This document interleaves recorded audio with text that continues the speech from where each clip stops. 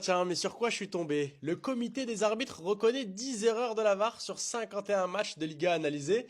L'Atlético de Madrid et le FC Barcelone sont les clubs les plus favorisés par les décisions de la VAR. Le Real Madrid est le club le plus lésé. C'est Marca qui l'écrit et c'est le comité des arbitres qui a fait cette recherche, qui a fait ce travail. C'est bizarre. On m'avait toujours dit que c'était le Real Madrid, le grand méchant de l'histoire, que c'était le FC Barcelone qui se faisait le plus voler. Pourtant, là, on vient de vous prouver quelque chose. Et vous ne pouvez pas dire que le Real Madrid paye les arbitres, puisque c'est le FC Negreira, en l'occurrence le FC Barcelone, qui est en procès pour cela. On a retrouvé des millions sur les comptes des entreprises Negreira par le fisc espagnol. Donc, comment pouvez-vous m'expliquer ça, mes chers amis barcelonais, mes amis Laszlo, Tosan Foot, Juan Ditiki-Taka, et j'en passe et des meilleurs, plein d'autres créateurs de contenu et plein d'autres supporters du Barça qui sont abonnés à moi. Et d'ailleurs, je les en remercie. Mais là, j'aimerais qu'on m'explique pourquoi le Real Madrid est le club le plus lésé. Et vous essayez de nous faire croire que ce n'est pas le cas. Depuis des années, on vous met des vidéos, elles font des millions de vues. J'ai fait des millions de vues grâce à des vols du FC Barcelone, filmés en 4K.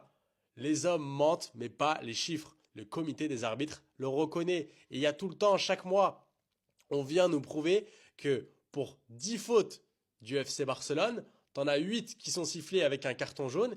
Et puis pour 10 fautes sur le Real Madrid, il en a fallu au moins 20 qui n'ont pas été sifflées ou qui n'ont pas donné lieu à des cartons jaunes. Est-ce que vous suivez le truc? Est-ce que vous suivez le raisonnement?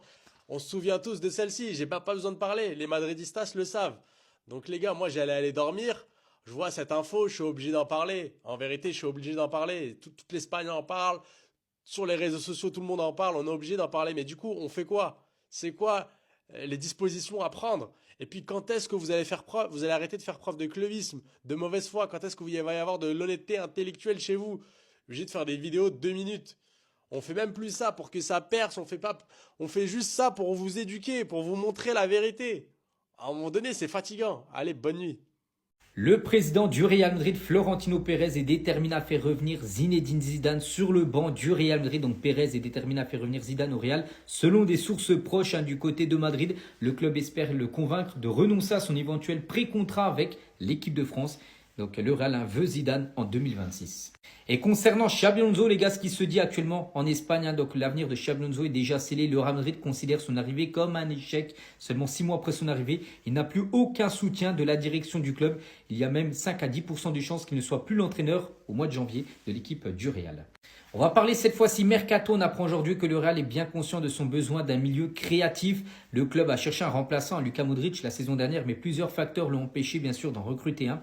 Ils ne trouvaient pas de joueurs qui correspondent à leurs exigences sportives et financières. Les meilleurs étaient beaucoup trop chers bien sûr et les jeunes talents plus abordables ne parvenaient pas bien sûr à convaincre. Ils ont décidé de renforcer d'autres positions, mais vraiment du côté du Real, il manque un joueur à la Luka Modric et actuellement il n'y en a plus.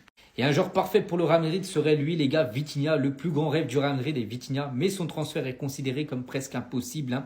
Le club suit plusieurs milieux pour pallier, bien sûr, au manque au milieu de terrain en créativité. Vous savez ce qui me choque dans ça, les gars? C'est même pas que Yamal, c'est le joueur qui a fini avec le plus de dribbles réussis cette saison sur un match. C'est pas ça. C'est pas ça qui me choque. Ce qui me choque réellement, c'est que dans ce top 10, la moitié des joueurs, c'est Yamal. La moitié des joueurs qui occupent ce top 10, c'est Yamal. Il est premier, il est troisième, il est quatrième, il est septième, il est huitième, bref, il est quasiment à toutes les places dans ce top 10. C'est là où c'est complètement fou. C'est là où c'est complètement fou. Parce qu'ils réussissent énormément de dribbles sur un match, c'est absolument pas choquant du tout.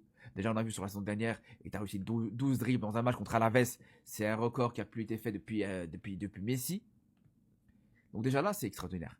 Mais quand tu vois juste derrière que là, dans un top 5, il arrive à être premier, quatrième, cinquième, septième et huitième, les gars, il n'y a plus de débat aujourd'hui. Je crois qu'on se rend pas compte.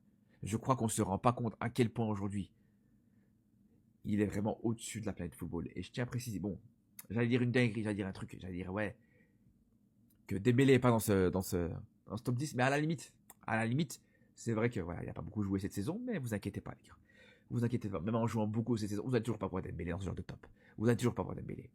C'est une folie ce qui est en train de se passer là les amis. La nouvelle vient de tomber, Florentino Pérez est à 2 doigts de ruiner le Barça. Je tiens déjà à vous informer que le Real Madrid a mis fin aux négociations avec Upamecano. Comme vous le savez, c'était la première option en défense pour le Real Madrid. Et malheureusement, comme le dit ESPN, les exigences salariales d'Upamecano ont été jugées trop élevées. Le gars il demande beaucoup trop d'argent, sauf qu'il savait pas avec qui il avait affaire. Don Pérez, le papa des radins, allez te renseigner avant mon ami. Finalement, étant donné que les deux parties ne sont pas mis d'accord, le Real Madrid s'est rabattu sur l'option 2. Nico Schlotterbeck, le défenseur de Dortmund. Comme il a dit ici les amis, toujours par le média ESPN, Nico Schlotterbeck est dans le viseur du Real Madrid. Le défenseur est très apprécié comme recrue potentielle et son contrat expire en 2027. Sans prolongation en vue en plus de ça. Donc normalement, si lui aussi ne demande pas beaucoup d'argent, il sera un joueur du Real Madrid la saison prochaine. Maintenant, parlons de la misère que le Real Madrid est en train de faire au FC Barcelone. Les pauvres. Comme vous le savez, Florentino Pérez, lorsqu'il a quelque chose dans sa tête, il part jusqu'au bout. On l'a vu avec Kylian Mbappé. Et bah là, actuellement, devinez qui a dans sa tête? Le FC Barcelone. Il veut les foutre dans la merde. Selon le média Diaros, le Real Madrid envisagerait de demander plusieurs millions d'euros dans l'affaire Negreira. Oui, Negreira, cette affaire-là, il est encore dessus. Il va pas les lâcher. Et sachant que le FC Barcelone, financièrement parlant, c'est compliqué. Alors imaginez un peu si lui, il part jusqu'au bout de son idée. Ils sont foutus. On nous dit le Real Madrid estime avoir subi un préjudice sportif et institutionnel à la suite des paiements effectués par le Barça à des sociétés liées à l'ex-président du comité arbitral espagnol. Le Real Madrid réclame également des audits, des procédures de due diligence. Je sais pas ce que c'est. Plus de 600 documents comptables. Ils veulent des preuves. Ouais, Florentino Pérez, faut pas l'avoir comme ennemi. C'est le 50 cent du game. Voilà. Mes chers madridistas, entre Fabrizio Romano qui nous confirme que le Real Madrid est bel et bien intéressé par le jeune milieu de terrain néerlandais Keith Smith, Jacobo Ramon et Nico Paz, deux joueurs formés du côté du Real Madrid qui sont en train de briller du côté de Como, le Real Madrid qui a refusé des profils de joueurs proposés gratuitement, ou encore le match qui va retourner l'Afrique ce soir, Côte d'Ivoire contre le Cameroun. Bon, ça c'est un plus, hein. Mais sinon, laissez-moi vous présenter les quelques actus du côté du Real Madrid. Mais juste avant, pour tous ceux qui ne souhaitent rien louper de l'actualité Madrid, ça se passe ici, hein, donc n'hésitez pas à vous abonner. Allez, on enchaîne. Pour commencer, selon Fabrizio Romano, le Real Madrid s'intéresse à Keith Smith. Le club observe et supervise le joueur de près. Son prix pourrait être supérieur à 50 millions d'euros. Alors Keith Smith, le profil, il est bien. Moi, je suis allé regarder un tout petit peu, il est pas mal. Son profil fait un peu partie de ce qui nous manque actuellement au club. Mais le seul problème que j'ai, c'est par rapport à son inexpérience. Le Real Madrid n'est pas un club connu pour faire progresser des jeunes joueurs. Donc, quitte à mettre plus de 50 millions d'euros sur Keith Smith, pourquoi on ne met pas le prix sur un Adam Wharton, qui joue en première ligue, qui joue contre des gros tous les week-ends, et qui a tout simplement de l'expérience. Bref, vous me direz ce que vous en pensez dans les commentaires. Nico Paz et Jacobo Ramon buteurs lors du même match avec Com face à Leeds. Nico Paz, cette saison, c'est 16 matchs, 6 buts, 6 passes décisives, 6 fois homme du match, 2 Rising Star of the Moment. Bref, mon anglais, faites pas attention. Bref, tout ça pour dire qu'on a deux joueurs qui ont été formés au club, qui sont en train de briller ailleurs. Après, moi, perso, Nico Paz, ça me choque moins. Mais Jacobo Ramon, par exemple, avec ce qu'il a subi au Real Madrid avant son départ, ça prouve à quel point le joueur, quand même, il est talentueux. C'est juste que chez nous, il était un peu sous pression, quoi. Ensuite, le Real Madrid a refusé les profils d'Ibrahima Konaté, Dayo Upamecano et Ruben Neves. Les trois joueurs ont été proposés gratuitement au club pour l'été prochain. Mais c'est pas plutôt l'inverse? Le Real Madrid qui était intéressé par Ibrahima Konaté et Dayo Upamecano? Je comprends plus rien. Ruben Neves, ça ne me choque pas. Apparemment, il a été proposé gratuitement, mais le Real a dit non. Est-ce un bon choix ou pas? C'est à vous d'en juger. Après moi, perso, Ruben Neves, libre. À 30 ans, c'est vrai que 30 ans, c'est quand même chaud. Mais bon, je le ramènerai quand même si c'est pour 1 an ou 2 ans. Et pour finir, rendez-vous ce soir pour le match Côte d'Ivoire-Cameroun. Vous aurez mon débrief d'après-match. Peu importe qui va gagner ce match, l'Afrique sera retournée. Et surtout, on ne veut pas de match nul. Hein. Démerdez-vous pour qu'il y ait un vainqueur. Bref, dites-moi ce que vous avez pensé des actus dans les commentaires. Et surtout, pour ne rien louper, vous savez ce qu'il vous reste à faire. Abonnez-vous.